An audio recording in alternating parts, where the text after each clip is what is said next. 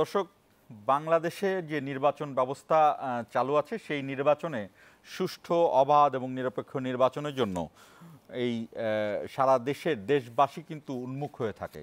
যদিও গেল 3টি নির্বাচনে সেই সুযোগ ছিল না।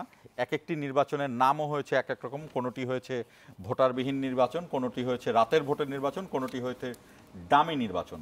তো এই ধরনের অদ্ভুত নামে যে নির্বাচনগুলো নামকরণ করা হয়েছিল সেগুলো কিন্তু বাংলাদেশেই হয়েছে। আজকে ইউরোপীয় ইউনিয়নের প্রতিনিধিরা দেখা করেছে নির্বাচন কমিশনারদের সঙ্গে, এবং সেখানে ইউরোপীয় ইউনিয়নের প্রতিনিধিরা বলেছেন যে বাংলাদেশে অবাধ, সুষ্ঠু, নিরপেক্ষ নির্বাচনের জন্য সব ধরনের সহযোগিতা দেওয়া হবে।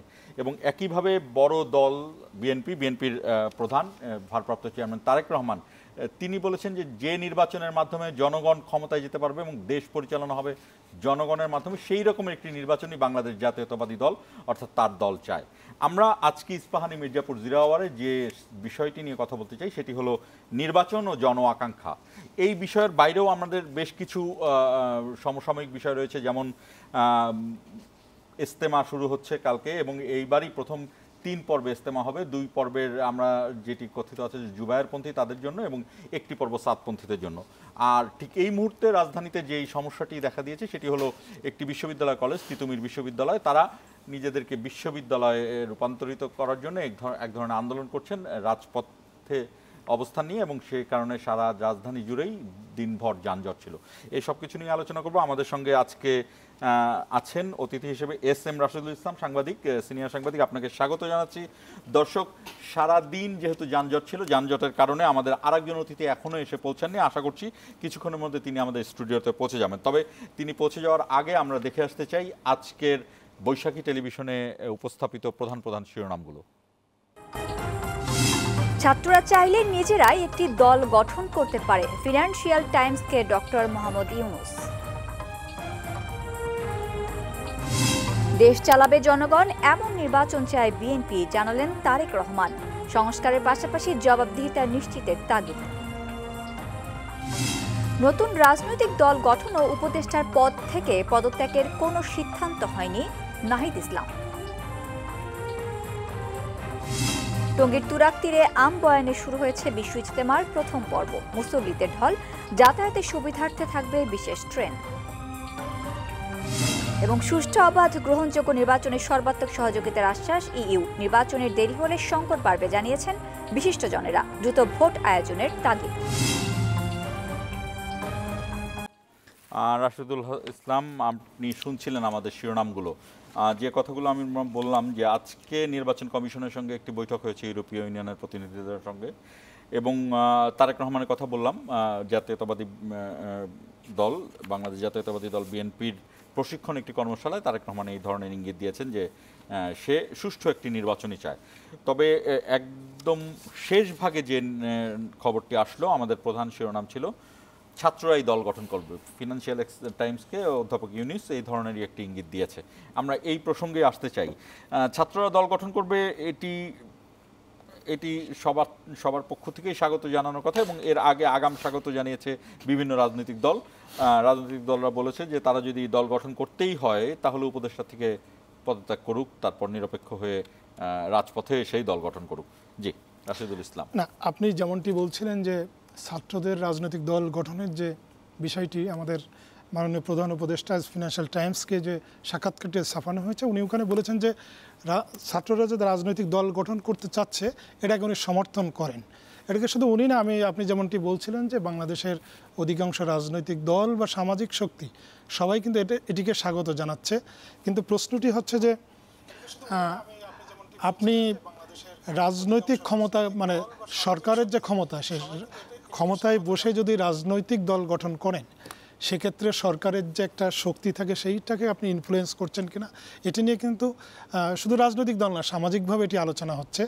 এবং আজকে সারাদিন এক ধরনের আলোচনা ছিল। আপনি জানেন যে আমরা দিনভর জেনেছি যে 2 জন উপদেষ্টা সরকারের থেকে পদত্যাগ করছেন, এবং সকালে কিন্তু আপনি জানেন কিন্তু এই সংবাদও ছাপিয়েছে, একটি না একাধিক পত্রিকা এই সংবাদটি ছেপেছে, আমি যতটুকু জানি। এবং আমার কাছেও একজন সাংবাদিক হিসাবে এমন তথ্য ছিল যে 2 জন উপদেষ্টা পদত্যাগ করতে যাচ্ছেন। তো আমরা দেখেছি যে পরে একজন আমাদের যে মাননীয় তথ্য উপদেষ্টা উনি বলেছেন যে ওনারা এই মুহূর্তে এরকম কোনো প্ল্যান ওনাদের নাই। তো আমিও ব্যক্তিগতভাবে মনে করি যে রাজনৈতিক, যেহেতু জুলাই বিপ্লবের যে আমাদের যে আকাঙ্ক্ষা, সেই আকাঙ্ক্ষার উপর ভিত্তি করে একটি রাজনৈতিক দল ছাত্ররা করতেই পারে, এবং সেটাকে আসলেই আমি বলবো যে একজন নাগরিক হিসেবে সেটাকে স্বাগত জানাবো। কিন্তু আপনি সরকারের ক্ষমতায় থেকে যেটি নিয়ে বিতর্ক হচ্ছে যে সরকারের ক্ষমতায় থেকে আপনি রাজনৈতিক দলটি গঠন করবেন কিনা, যে আপনি সরকারের যে ক্ষমতা আছে, যে সরকারের প্রশাসন থেকে শুরু করে নানা জায়গায়, সেটাকে আপনি ব্যবহার করছেন কিনা আপনার রাজনৈতিক দলটি সংগঠিত করার ক্ষেত্রে, সেই জায়গাতে আমি মনে করব যে আমাদের ছাত্র প্রতিনিধি বা আমাদের যারা মাননীয় 3 জন উপদেষ্টা আছেন সরকারে ছাত্রদের পক্ষ থেকে, তারা নিশ্চয়ই এই জায়গাতে একটু খুবই সুচিন্তিত মতামত, সুচিন্তিতভাবে তারা চিন্তা করে এই প্রক্রিয়ায় যাবেন।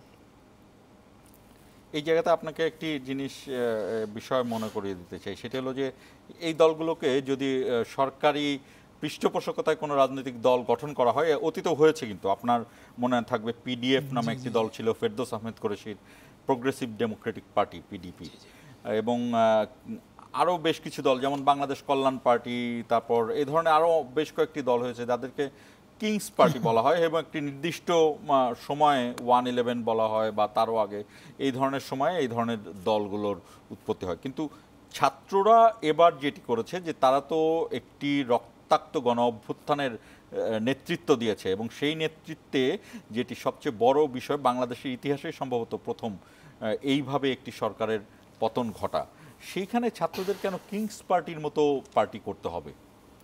না, আমি যেটি বলছিলাম যে আপনাদের যেটি শিরোনাম যে জন আকাঙ্ক্ষা, এখানে কিন্তু আসলে মানুষের অনেক রকম আকাঙ্ক্ষা রয়েছে। আমরা 15 বছর কি দেখেছি? 15 বছর আমরা শেখ হাসিনার একজন নিষ্ঠুর স্বৈরশাসক হিসেবে উনি পুরো দেশকে শাসন করেছেন। উনি মানুষের ভোটাধিকার লুণ্ঠন করেছিলেন, আমাদের দেশের মানুষকে গুম করেছেন, খুন করেছেন। এবং আপনি জানেন যে হিউম্যান রাইটস ওয়াচের একটি প্রতিবেদন গতকালই আমাদের মাননীয় প্রধান উপদেষ্টার কাছে হিউম্যান রাইটস ওয়াচের পক্ষ থেকে হস্তান্তর করা হয়েছে। সেখানে একেবারে সুনির্দিষ্টভাবে বলা হয়েছে, এটা কিন্তু হিউম্যান রাইটস ওয়াচ মার্কিন যুক্তরাষ্ট্র ভিত্তিক এবং সারা পৃথিবীতে গ্লোবালি খুবই রিনাউন একটি প্রতিষ্ঠান। ওনারা বলেছেন যে ওই সময় যিনি প্রধানমন্ত্রী ছিলেন তার সরাসরি নির্দেশে অনেককে গুম করা হয়েছে, খুন করা হয়েছে। এরকম একটি শাসন ব্যবস্থা থেকে মুক্তি পাওয়ার আকাঙ্ক্ষা তো আমাদের ছিল, যার জন্য একটা রক্তাক্ত বিপ্লব সংগঠিত হয়েছে। এই বিপ্লবের উপর ভিত্তি করে আমি মনে করি যে একটা রাজনৈতিক দল গঠন হতেই পারে, এবং সেই রাজনৈতিক দলের যারা বিপ্লবে যারা নেতৃত্ব দিয়েছিলেন তাদের নেতৃত্ব হতে পারে। কিন্তু আপনি রাজনৈতিক দলটি গঠন করার ক্ষেত্রে সরকারের ক্ষমতাকে ব্যবহার করছেন কিনা সেটি নিশ্চয়ই কিন্তু প্রশ্নের। কারণ আপনাকে তো মানুষ বীরের জায়গায় রেখেছে, সেই জায়গা থেকে সেই জায়গাটাকে ব্যবহার করে আপনি যদি রাজনৈতিক দল গঠন করেন সেটি তো ভালোভাবে নেবেন। এবং আমরা দেখেছি যে যখনই সরকারের ক্ষমতাকে ব্যবহার করে কোনো রাজনৈতিক দল গঠন করা হয়েছে, ওই রাজনৈতিক দলটি কিন্তু আসলে মানুষের মধ্যে স্থান করে নিতে পারে নাই। এই ক্ষেত্রে আগামী দিনের যে নির্বাচনী যে প্রক্রিয়া, সেই প্রক্রিয়ায় ছাত্ররা যদি এই মুহূর্তে একটি দল গঠন করেই এবং সেটিকে স্বাগতও জানালো, উপদেষ্টারাও পদত্যাগ করলেন, সব কিছু এইভাবে যদি হয়, সেই ক্ষেত্রে এই দলগুলোর সামনের চ্যালেঞ্জ কি আসলে? না, চ্যালেঞ্জ আপনি দেখেন যে আমরা দেখেছি যে গত 15 বছর বাংলাদেশে আপনি যেমনটি বলছিলেন যে 3টি নির্বাচনকে আমরা 3টি নাম দিয়েছি। আসলে মানুষ তো ভোট দিতে পারে নাই, মানুষের ভোট দেওয়ার একটি আকাঙ্ক্ষা ছিল। এখন আমি বলবো যে আপনি দেখেন বিএনপির মতো একটি বড় রাজনৈতিক দল রয়েছে, সে সাথে জামাত ইসলাম সহ আরও অনেক রাজনৈতিক শক্তি, সাংগঠনিক ভিত্তি অনেক জোরালো। জি, আপনি রাইটলি বলেছেন যে তাদের সাংগঠনিক, তারা হয়তো জুলাই বিপ্লবের নেতৃত্ব দিয়ে স্বৈরাচারকে হটাতে পেরেছে, এবং তাদের সঙ্গে শুধু ছাত্ররা তো নেতৃত্ব দিয়েছিল, বাট তাদের সঙ্গে অন্য যে রাজনৈতিক দল, বড় স্টেক হোল্ডার যারা রাজনীতিতে বাংলাদেশে, তারা কিন্তু এই জুলাই বিপ্লবে তাদের অংশগ্রহণ ছিল। এবং দৃশ্যত আমরা সাংবাদিক হিসেবে দেখেছি, শুধু রাজনৈতিক দল না, এখানে আমাদের দেশের ছাত্র জনতা, সাধারণ মানুষ, রিকশা চালক, ব্যাপক সম্পৃক্ততা ছিল। এখন বিষয়টা হচ্ছে আপনি বিপ্লবে নেতৃত্ব দিয়েছেন, সেটা একটা মানুষের একটা আকাঙ্ক্ষা ছিল যে আমরা স্বৈরাচারের এই শাসন ব্যবস্থা থেকে মুক্তি পেতে চাই। আপনি কিন্তু রাইটলি বলছিলেন যে এটার তাদের মূল চ্যালেঞ্জটি হবে যে সাংগঠনিকভাবে তারা যে মানুষের কাছে যাওয়ার যে একটা সাংগঠনিক যে একটা কাঠামোগত ক্ষমতা থাকার দরকার, সেটি তাদের এখনও নাই, সেটাতে সংগঠিত করতে হবে, এটি তাদের বড় চ্যালেঞ্জ। আরেকটি বিষয় আমরা কথা বলছিলাম যে নির্বাচন কমিশন, এর আগেও আপনি শুনেছেন নিশ্চয়ই যে সংস্কার প্রস্তাবের বেশ কিছু প্রস্তাব নিয়ে নির্বাচন কমিশনার, প্রধান নির্বাচন কমিশনার তার শঙ্কার কথা বলেছেন। তিনি বলতে চেয়েছেন যে কয়েকটি বিষয় রয়েছে যেখানে নির্বাচন কমিশনের কর্তৃত্ব খর্ব হয়। সেই জায়গাগুলো বাদেও নির্বাচন কমিশন এখন ঠিক যেইভাবে এগোচ্ছে, এইভাবে এগোলে কি আসলে নির্বাচন খুব দ্রুত করা সম্ভব কিনা? না, যেভাবে নির্বাচন কমিশন এগোচ্ছে এভাবে আসলে সেটা সন্দেহ রয়েছে। তবে আমি আপনাকে বলি যে আপনি জানেন যে আমাদের বিভিন্ন কমিশন করা হয়েছে সংস্কারের জন্য। সে কমিশন অলরেডি 4টা কমিশন রিপোর্ট আমাদের মাননীয় প্রধান উপদেষ্টার কাছে হস্তান্তর করেছেন এবং খুব আমরা জানি যে আগামী মাসের প্রথম সপ্তাহে হয়তো আরও কয়েকটি রিপোর্ট জমা হবে। তো এই যে রিপোর্টগুলো জমা হওয়ার পরে কিন্তু অন্তর্বর্তীকালীন সরকারের প্রধান উনি হচ্ছে রাজনৈতিক দলগুলোর সঙ্গে এই সংস্কার প্রক্রিয়া এবং সুপারিশগুলোর আলোকে সংস্কার প্রক্রিয়াকে কীভাবে এগিয়ে নেওয়া যায় এজন্য উনি কিন্তু আলোচনা করবেন। তা আপনি যেটি বলছিলেন যে নির্বাচন কমিশন যেটি মনে করছে যে কিছুটা তাদের খর্ব হবে, কিন্তু আমি মনে করি যে সুপারিশ যেটি এসছে ওই সুপারিশগুলো যে একেবারে ওইভাবেই যে বাস্তবায়ন হবে এটা আমি ব্যক্তিগতভাবে মনে করি না। কারণ এখানে রাজনৈতিক দলগুলোর মতামতকে সরকার, আমি ব্যক্তিগতভাবে বিশ্বাস করি, আমি যেটি মনে করছি যে সরকার খুবই গুরুত্ব দিবে এবং রাজনৈতিক দলগুলোর সাথে যেটি ঐক্যমতে পৌঁছাবে সেই সংস্কারগুলো কিন্তু ওখানে করা হবে। এমন না যে হচ্ছে সংস্কারগুলো আপনার সব সুপারিশ যে ওখানে বাস্তবায়ন হবে এটি মনে হচ্ছে না। তবে প্রধান যে রাজনৈতিক দলগুলো রয়েছে বিএনপি, জামাত ইসলামী, সেই সঙ্গে সিপিবি সহ আরও অন্যান্য যে ছোট ছোট জোট করার বিএনপির সাথে জোটে আছে বিভিন্ন দল, সেই দলগুলোও কিন্তু নির্বাচনের কথা বলছে এবং দ্রুত নির্বাচন চাইছে। এই যে সংস্কার, দ্রুত নির্বাচন চাওয়া, আজকে যেমন বিএনপির ভারপ্রাপ্ত চেয়ারম্যান বলেছেন জনগণ যাতে ভোটের মাধ্যমে নিজেদের পছন্দ মতো সরকার বেছে নিতে পারে, তেমন নির্বাচনই আগামী প্রত্যাশা বিএনপির।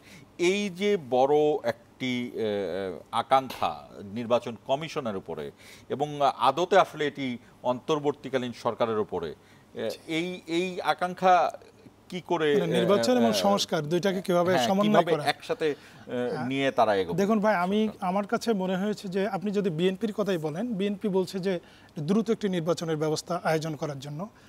আবার যদি বলেন সরকার একটি টাইম ফ্রেম দিয়েছে, আপনি একটি মানে 2টা টাইম ফ্রেম ওনারা বলেছেন যে যদি কম সংস্কার করা হয় সেক্ষেত্রে ডিসেম্বরের আগেই ইলেকশন করানো সম্ভব।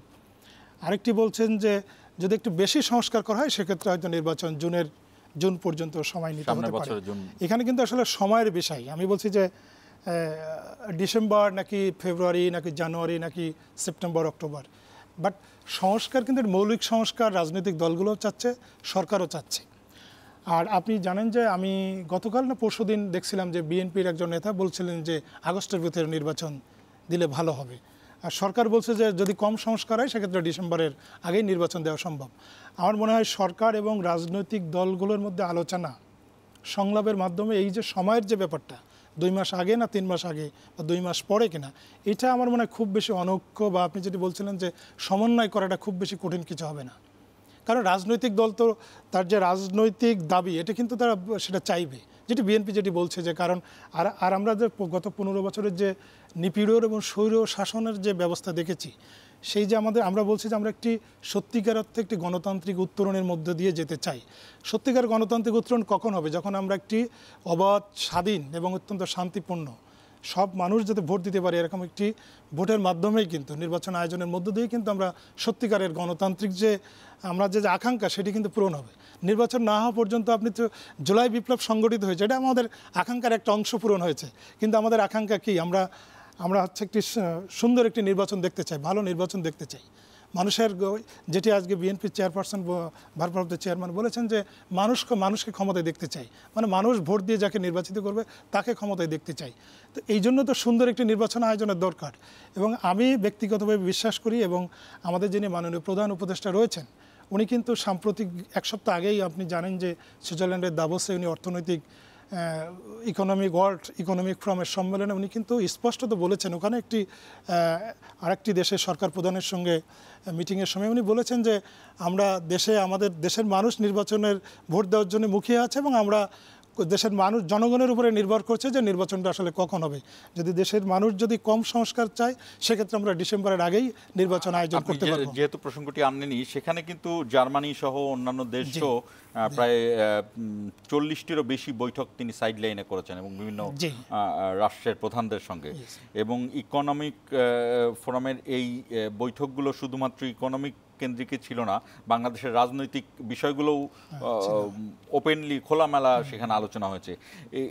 সেই স্থানগুলো থেকে এবং ডক্টর মোহাম্মদ ইউনূসের যে ব্যক্তি ইমেজ আপনি জানেন, ঠিক এই মুহূর্তে পৃথিবীতে তার মতো ব্যক্তি ইমেজের কোনো রাষ্ট্রপ্রধান কমই আছে যতটুকু ধারণা করা হয়।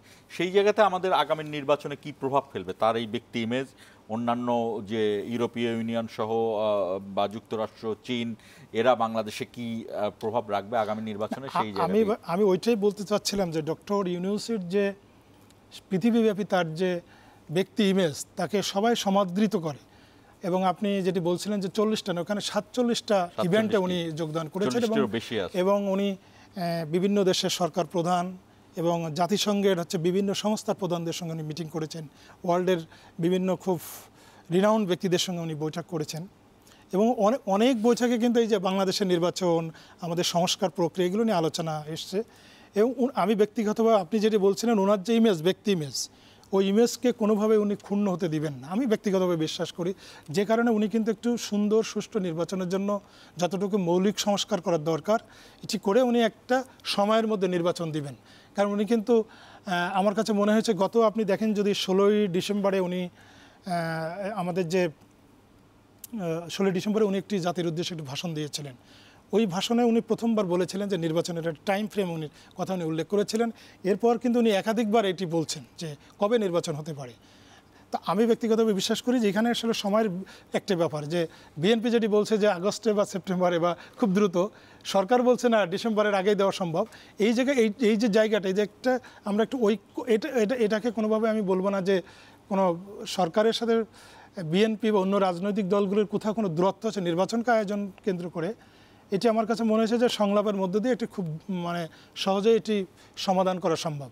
আর আরেকটি জিনিস আমরা দেখছি যে বিএনপি হয়তো নির্বাচনটা দ্রুত চাচ্ছে, কোনো আপনি নিশ্চয়ই দেখেছেন যে কোনো রাজনৈতিক দল হয়তো বলছে যে আমরা সংস্কারের জন্য আরো বেশি সময় দিতে চাই। জামাত ইসলামী বেশিরভাগ সময় বলছে যে তারা সংস্কারের, এটা দুটি রাজনৈতিক দলের দুই ধরনের রাজনৈতিক মতাদর্শের জায়গা থেকেও হতে পারে। হ্যাঁ, সেটা হতে পারে, কিন্তু এটাকে আসলে সরকার এটাকে সমন্বয় করতে হবে। এখন দায়িত্ব সরকারের সমন্বয়টা করার, কারণ মানুষের জন আকাঙ্ক্ষা তো, যেমন আমরা গত 15-16 বছর আমরা যেটি দেখেছি যে দেশে যে গুম হয়েছে, খুন হয়েছে, আপনার শাপলা চত্বরে বলেন, আপনি জুলাই বিপ্লবে গণহত্যা বলেন, বিভিন্ন সময় গণহত্যা হয়েছে আমাদের দেশ থেকে। আপনি জানেন যে বিলিয়ন বিলিয়ন মার্কিন ডলার পাচার হয়ে গেছে, ব্যাংক লুট করা হয়েছে।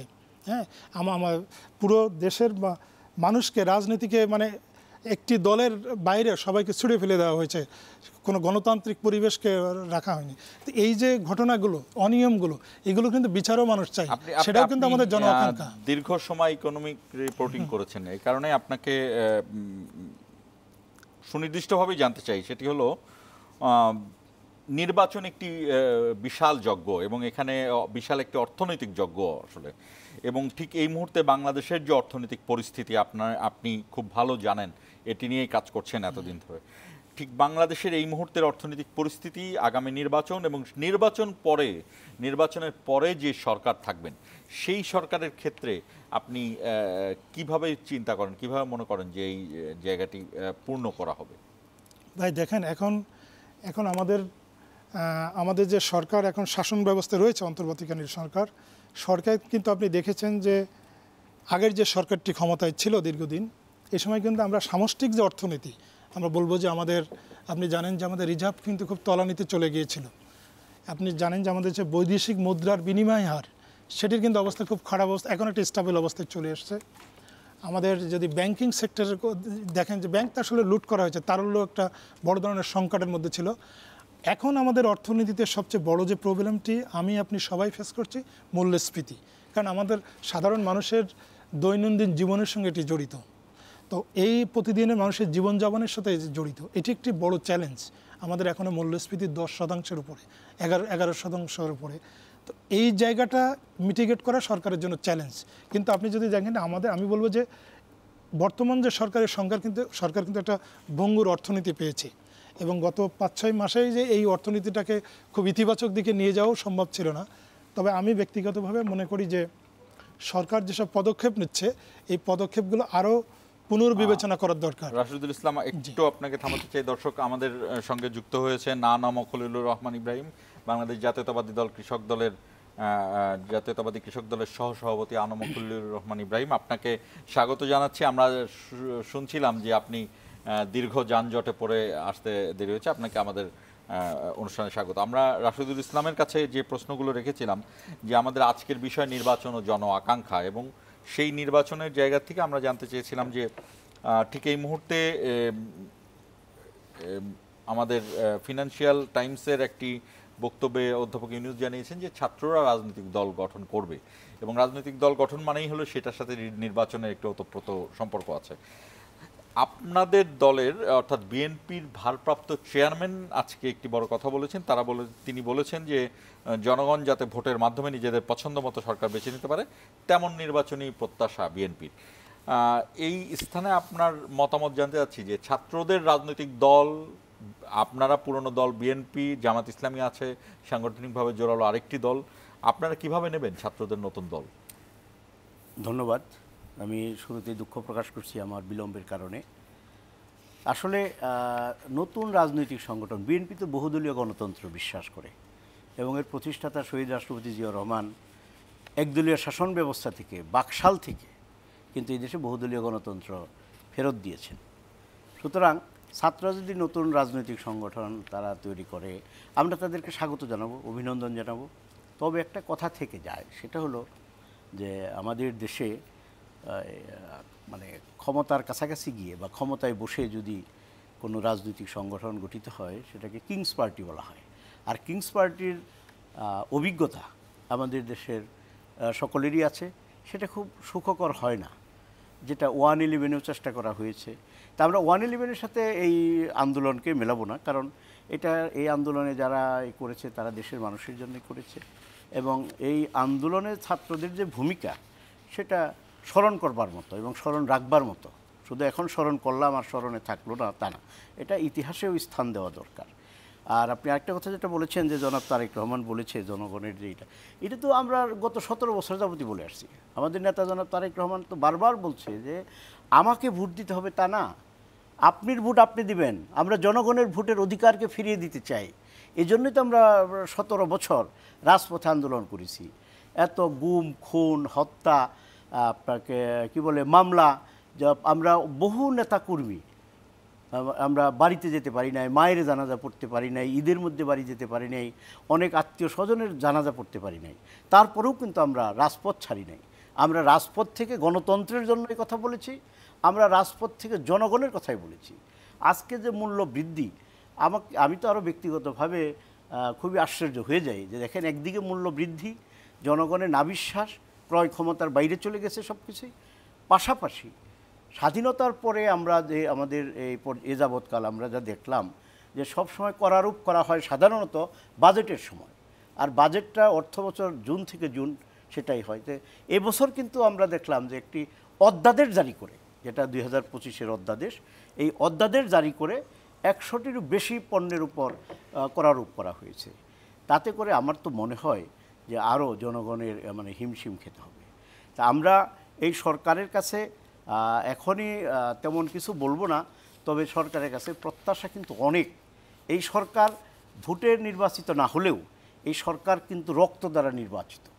আমাদের দেশের এতগুলো প্রাণ হারিয়েছে, এতগুলো মানুষ অকাতরে মৃত্যু হবে জেনেও, আপনাদের সেই কথাটি মনে আছে নিশ্চয়ই, পুলিশ কিন্তু স্বরাষ্ট্রমন্ত্রীকে বলতেছিল মোবাইল দেখে যে স্যার দেখেন একটাকে গুলি করলে একটাই মরে, বাকিগুলো সরে না।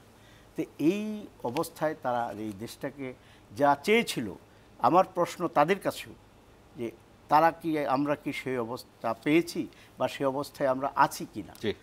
আজকে আমরা ছোট্ট একটি বিরতি নিচ্ছি দর্শক।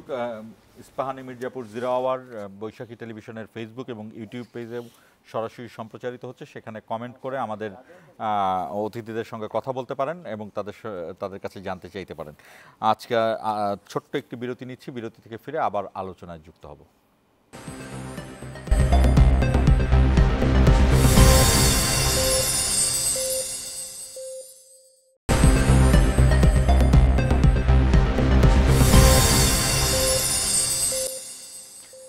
ইস্পাহানি মির্জাপুর জিরাওয়ারা আবারও স্বাগত জানাচ্ছি। আমাদের অনুষ্ঠানটি বৈশাখী টেলিভিশনের ফেসবুক এবং ইউটিউব পেজে সরাসরি সম্প্রচারিত হচ্ছে। দর্শক সেখানে কমেন্ট করে আমাদের অতিথিদের সঙ্গে কাছে আপনি প্রশ্ন করতে রাখতে পারেন।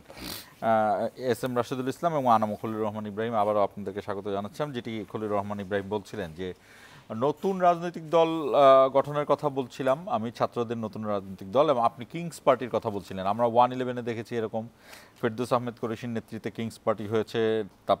পরে আমরা দেখেছি মেজর জেনারেল ইব্রাহিমের সাথে কিংস পার্টি হয়েছে, কল্যাণ পার্টি, এরকমের আরও বেশ কিছু পার্টির কথা আমরা দেখেছি। কিন্তু সেই পার্টিগুলোর সাথে কি এই মাহফুজ, নাহিদ এবং আসিফ মাননীয় উপদেষ্টা তাদের পার্টির কোনো মিল হবে আসলে? আমরা এখনো মিল আছে বলবো না, আমরা একটু অপেক্ষা করতে চাই। তারা রাজনৈতিক দল যদি করতে চায়, তারা কি ফরম্যাটে করতে চায়, তাদের চিন্তাটা কি, এখানে কাদেরকে সম্পৃক্ত করবে, তাদের বয়স এবং বর্তমানে যে ছাত্রদের যে বয়স, এটার মধ্যে তারা কি ডিফারেন্ট করবে, বা ছাত্র জনতার আন্দোলনে এখানে জনতাকে তাদের পার্টিতে সম্পৃক্ত করবে নাকি শুধু জনগণ ভোটই দিয়ে যাবে, এটা একটু অনেক কিছু দেখার বিষয় আছে। এবং তাদের জাতির কাছে তাদের প্রত্যাশা কি, বা জাতি তাদের কাছে কি প্রত্যাশা করে, নিশ্চয়ই তারা একটা রুটম্যাপ বলি বা একটা ফরম্যাট তো তারা প্রকাশ করবে। এগুলো না দেখে মন্তব্য করা যাবে না। তবে অতীত ইতিহাস যা বলে খুব ভালো হয় নাই, একটা সময় লাগে। আমি বলতে চাচ্ছি যে অতীত ইতিহাসের কিংস পার্টি আর এই ছাত্রদের যারা এত বড় একটি অভ্যুত্থান ঘটালো, সেই দুইটি দলের মধ্যে কি একই মিল হবে? মিল আমি বলছি না, আমরা তো অতীত কিংস পার্টির সময় শুরু এবং শেষ পর্যন্ত দেখেছি, আর আমরা এখন এটা দেখা শুরু হওয়ার পরে হয়তোবা মন্তব্য করা যাবে, ভালোও করতে পারে, এখানে বলা যাবে না। রাশেদুল ইসলাম, আপনার কাছে একই প্রশ্ন। আসলে কি যেই প্রশ্নের উঠালেন খলিলুর রহমান ইব্রাহিম, তার সাথে আপনিও একমত কিনা যে আগেকার সেই কিংস পার্টি সেই সময় আর এখন, যদিও ইতিমধ্যে উপদেষ্টাদের একজন তো বলেছেনই, বিবিসিতে বলেছেন যে রাজনৈতিক দল যদি গঠন করতে হয় তারা পদত্যাগ করেই করবেন। জি না, খলিল ভাই যেটি বলছিলেন যে ওনার আগের যে কিংস পার্টিগুলোর সঙ্গে উনি কম্পেয়ার করতে চান না, আমিও সেটাই। কারণ আপনি যদি দেখেন যে জুলাই বিপ্লবের মতো এরকম একটি অসাধারণ কাজ, যে শেখ হাসিনার মতো নিষ্ঠুর স্বৈরশাসককে যাদের নেতৃত্বে, কারণ তারা তো ফ্রন্টে ছিল, এটা তো বাস্তবতা, যাদের নেতৃত্বে এটি সংগঠিত হয়েছে, পিছনে বিএনপি বা অন্যান্য রাজনৈতিক শক্তি, সামাজিক শক্তি সবাই ছিল, যারা ছাত্ররাও অস্বীকার করে না যে সবার সম্মিলিত প্রয়াসে এটি হয়েছে। না, সেটা অস্বীকার করে না বলেই তো জুলাই যে ঘোষণাপত্র এটি তো ওই কারণেই তো আসলে বিলম্বিত হচ্ছে, বা তারাও এটা মেনে নিতে বাধ্য হয়েছে। আমি বলছি যে যারা এরকম একটা অসাধারণ কাজ করেছে এবং আমাদের এরকম নিষ্ঠুর একজন স্বৈর শাসকের জাতাকল থেকে আমাদেরকে মুক্ত করেছে, যাদের নেতা, আমি বলবো যে তারা তো ফ্রন্টে ছিল, তারা ওই রকম কিংস পার্টি করবে এটা আমি ব্যক্তিগতভাবে বিশ্বাস করি না, বিশ্বাস করতে চাই না।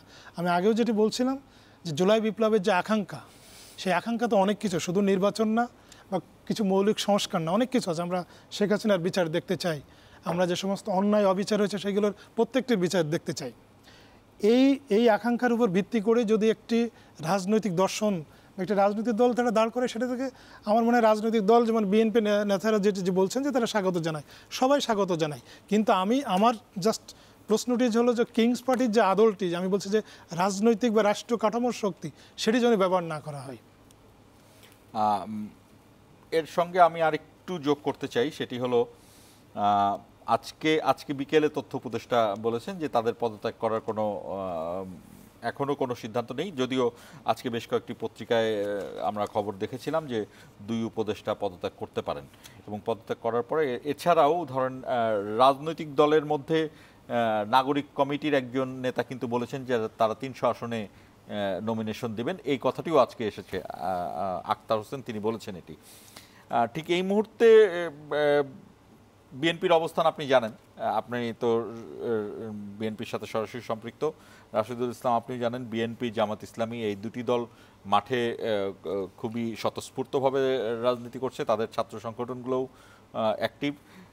সেইখানে এই যে নাগরিক কমিটি বা ছাত্রদের দল, এবং এর সঙ্গে রয়েছে ধরুন ভিপি নূর, যিনি তার একটি দল রয়েছে, সেই দল, এবং আরো বেশ কিছু দল রয়েছে, সেই AB সঙ্গে পার্টি সিপিবি রয়েছে। আছে, একমাত্র এবি পার্টিও বেশ সামনে অনুষ্ঠান করছে।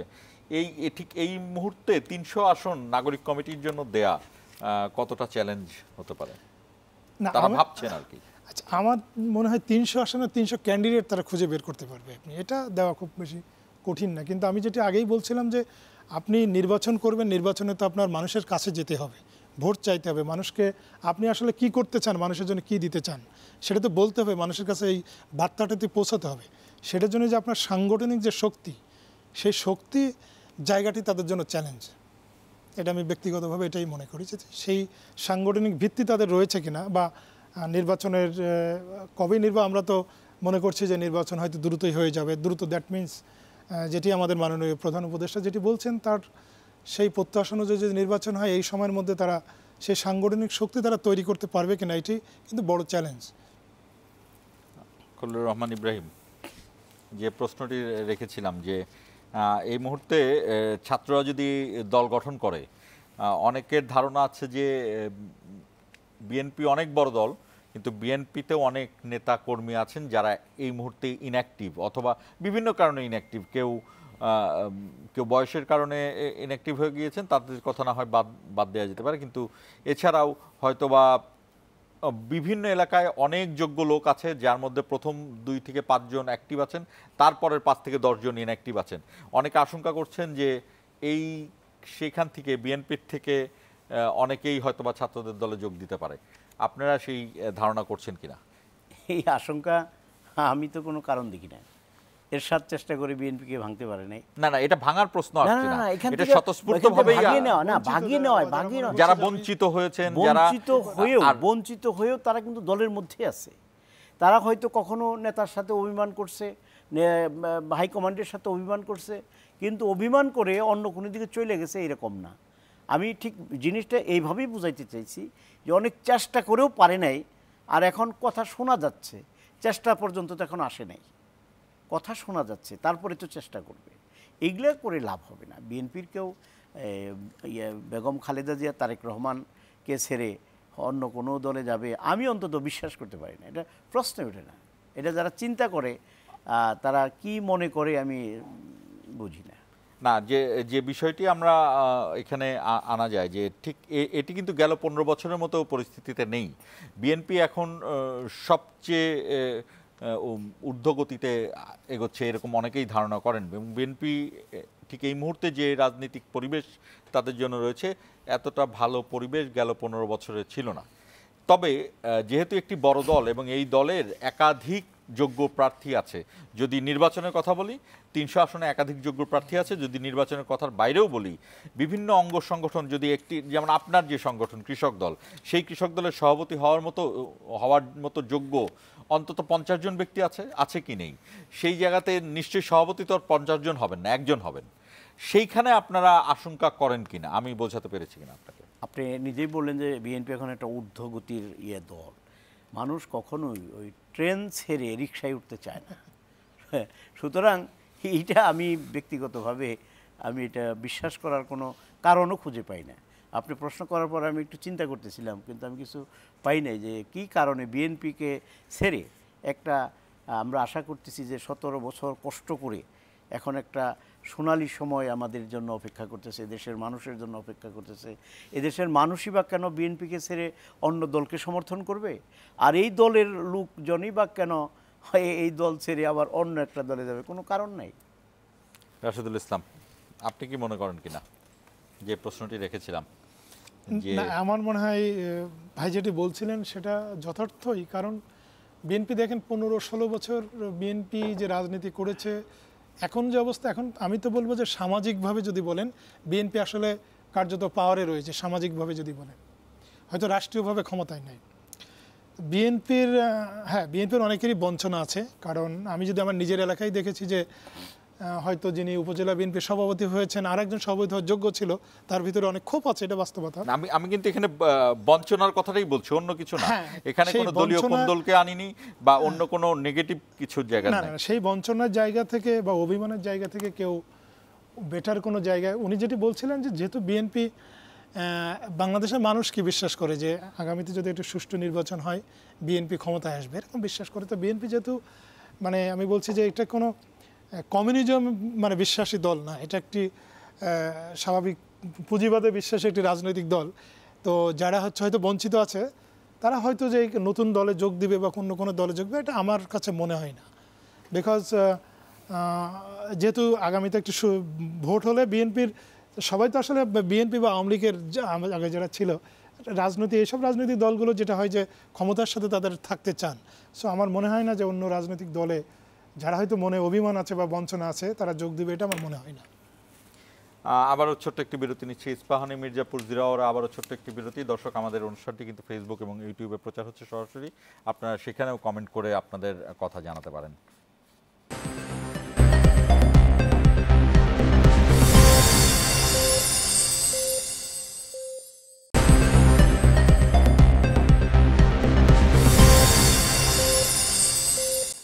স্বাগত ইস্পাহানি, মির্জাপুর, জিরো আওয়ারে। যে বিষয়টি আনছিলাম যে নির্বাচন ও জন আকাঙ্ক্ষা, এই বিষয় নিয়ে আমরা কথা বললাম। ঠিক এই মুহূর্তে আমাদের রাজধানীতে যেই পরিস্থিতি, এই পরিস্থিতিতে ফিরতে চাই। খলিলুর রহমান ইব্রাহিমকে দিয়েই শুরু করতে চাই। আপনি তো এই পরিস্থিতি থেকে একদম ঠিক এই মুহূর্তে সেই টকশোতে যোগদান করলেন। ঢাকা বিশ্ববিদ্যালয়ের অধীনস্থ 7টি কলেজের আন্দোলন আমরা দেখলাম এবং এক ধরনের সিদ্ধান্তের মাধ্যমে 7 কলেজের সেই আন্দোলন বন্ধ হলো। কিন্তু ঠিক এই মুহূর্তে আবার তিতুমির কলেজ তারা আন্দোলন শুরু করেছে, তাদেরকে স্বতন্ত্র বিশ্ববিদ্যালয় করে দেওয়া হবে এবং যে কারণে মহাখালী সহ মহাখালী আশেপাশের এলাকা তীব্র যানজটে ভুগতে হয়েছে। এই জায়গাতে ছাত্রদের এই দাবির সাথে আপনার মন্তব্য কী? অ্যাকচুয়ালি মন্তব্যটা খুব স্বল্প কথায় বলা কঠিন, তাহলে একটু পিছনে আসতে হয়। এখন যা কিছু হচ্ছে অতীতের যে সকল নিয়ম কানুনের বাইরে চলে যাচ্ছে। আমরা অতীতে আন্দোলনে দেখেছি, আন্দোলন সফল হওয়ার পরে, বিজয়ী হবার পরে যে যার পেশায় ফিরে গেছে। কৃষক কৃষিক্ষেত্রে, শ্রমিক তার কলকারখানায়, ছাত্ররা কলেজে বিশ্ববিদ্যালয়ে। এবার কিন্তু তারা আন্দোলনে সফল হয়ে নিজেরাই দেশ চালানোর মতো চিন্তা ভাবনা মাথায় ঢুকে পড়েছে। এখন এইখানে বড় মন্তব্য করা বড় মুশকিল। তবে আমি শুধু সংক্ষেপে বলবো যেটা সিস্টেম লসের মধ্যে আমরা পড়ে আছি। আমাদের সন্তানদের ভবিষ্যৎ কি এটা একটু ভাবতে হবে। আপনার বাড়িতে বা আপনার বাসায় সন্তানদের সাথে আলোচনা করে দেখবেন, তাদের যে যুক্তি। আমারও 3টা সন্তান, আমার 3টা মেয়ে, 3টা ভিকারুন্নেসা থেকে এসএসসি ইন্টারমিডিয়েট পাস করেছে। কথা বলে দেখেছি যুক্তি আর যুক্তি। আমি তো একটু অবাকই হই যে এরা এত যুক্তি কোথায় পায়, এত বুদ্ধি কোথায় পায়, এদের এই বুদ্ধি কোত্থেকে আসে। এবং এরা ভালো মন্দের চিন্তার চাইতে তাদের যে ছাত্র আন্দোলনে যে তারা অংশগ্রহণ করেছে, এটা রাইট অর রং, এটা মানে তারা পছন্দই করে না।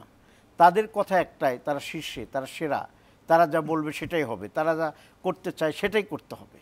তা না হলেই জুলাইকে অসম্মান করা হলো। এই যে একটা অবস্থা, এইটা নিয়ে বলতে গেলে আরও বিস্তর বলতে হয়। তো সমস্যাও আছে, আমি বললাম আগেই, আমার বাসায়ও আমার সন্তানেরা আছে, তারাও ধরে ফেলবে যে এগুলি কী বলো তোমরা। তো আসলে আরও 1 বছর বা 2 বছর সময় না গেলে বোঝা যাবে না। ছাত্রদের প্রতিনিধিত্ব সরকারে আছে, তাহলে আবার ছাত্ররা আন্দোলন করে কেন? আমার প্রশ্নটা এইটা। ছাত্রদের প্রতিনিধিরাই এখন সরকারে আছে, আবার সেই ছাত্ররাই আন্দোলন করতেছে। তার মানে জুলাই আন্দোলনের সময় যে ইউনিটি যেটা ছিল, এখন অন্তত মানে নিশ্চিতভাবে না বললেও সন্দেহ করতে পারি যে হয়তো বা কিছুটা তাদের মধ্যে ভাটা পড়েছে অথবা চিড় ধরেছে। সুতরাং সামনে আরেকটু সময় আমরা নেই, দেখি কোন দিকে যায়। না, আমি বিষয়টাকে এভাবে বলবো যে আপনি জানেন যে এই যে 7টি কলেজ, এটা ন্যাশনাল ইউনিভার্সিটির আন্ডারে ছিল, এটাকে কেন হঠাৎ করে ঢাকা বিশ্ববিদ্যালয়ের আন্ডারে দিয়ে দেওয়া হলো? আমরা দেখেছি যে গত 15-16 বছর যিনি আমাদের প্রধানমন্ত্রী ছিলেন শেখ হাসিনা, উনি আসলে যখন যেটা মনে হতো উনি তো সেটাই করে ফেলতেন। এটা কোনো আইন বা কোনো কিছু আসলে ভালো কি হবে, কিছু হবে কিনা এটা চিন্তা না করে উনি করে ফেলতেন। তো যাই হোক, উনি হয়তো বলছেন যেটা করলে হয় সেভাবে হয়ে গেছে। কিন্তু আমার মনে হয় আসলে ওই জায়গা থেকে সমস্যাটা, জটিলতা তৈরি হয়েছে। তখন জাতীয় বিশ্ববিদ্যালয়ের আন্ডারে চলছিল, কেন আবার ঢাকা বিশ্ববিদ্যালয়ের আন্ডারে দিয়ে দেওয়া হলো। তারপরে ঢাকা বিশ্ববিদ্যালয়কে কেন্দ্র করে এখানে আমরা দেখলাম যে সাম্প্রতিক সময় আন্দোলন হলো। আবার এখন তিতুমির কলেজ আজ যে আন্দোলনে নেমেছে, দেখেন আপনি তিতুমির কলেজকে যদি বিশ্ববিদ্যালয় ঘোষণা করা হয়, বাংলাদেশে তো আরও অনেক বড় বড় বিশ্ববিদ্যালয় আছে, ওই এরকম কলেজ আছে, আপনার খুলনায় বিল কলেজ আছে, রংপুরে কারমাইকেল কলেজ আছে, যশোরে MM কলেজ আছে, সিলেটে MC কলেজ আছে। তারা যদি আগামীকাল থেকে নামে আমাদেরকে বিশ্ববিদ্যালয় দিয়ে দেন, তাহলে তো সারা দেশে একটা অরাজকতা তৈরি হবে, যানজট তৈরি হবে, মানুষের জীবন বিপন্ন হবে।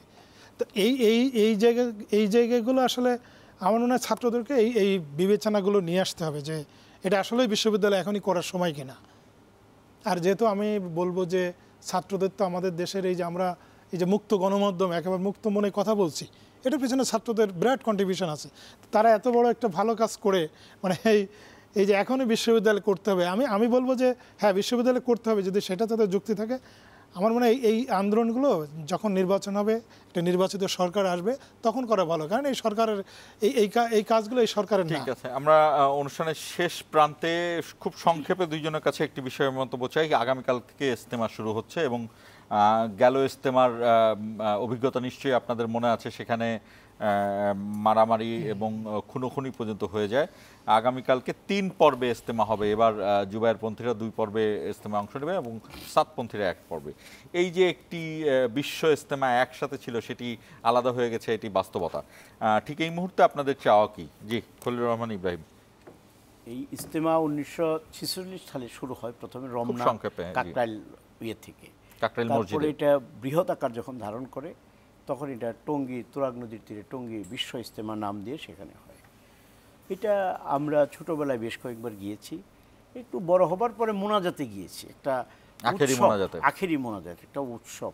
ওখানে গেলে অনেক সওয়াব হাসিল হবে এটা মনে করে আমরা গিয়েছি। কিন্তু সেখানে যে বিভেদ যেটা, এটা আমরা চাই না। এটা আমি একজন মুসলিম হিসাবে, মুসলমান হিসাবে আমরা এটা চাই না।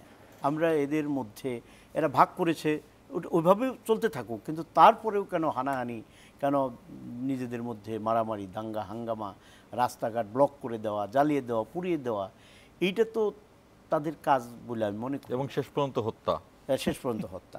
তারা ইসলাম প্রচার করবে, ইসলামের ওখানে বয়ান হবে, আমরা সেটা শুনবো, আমাদের মধ্যে একটা অনুভূতিতে আঘাত লাগবে, আমরা খারাপ কাজ থেকে বিরত থাকবো, খারাপ কাজে যাব না, এগুলো নিয়ে তারা আলোচনা করবে। কিন্তু এখন যা হচ্ছে এটা আমি ব্যক্তিগতভাবে মর্মাহত।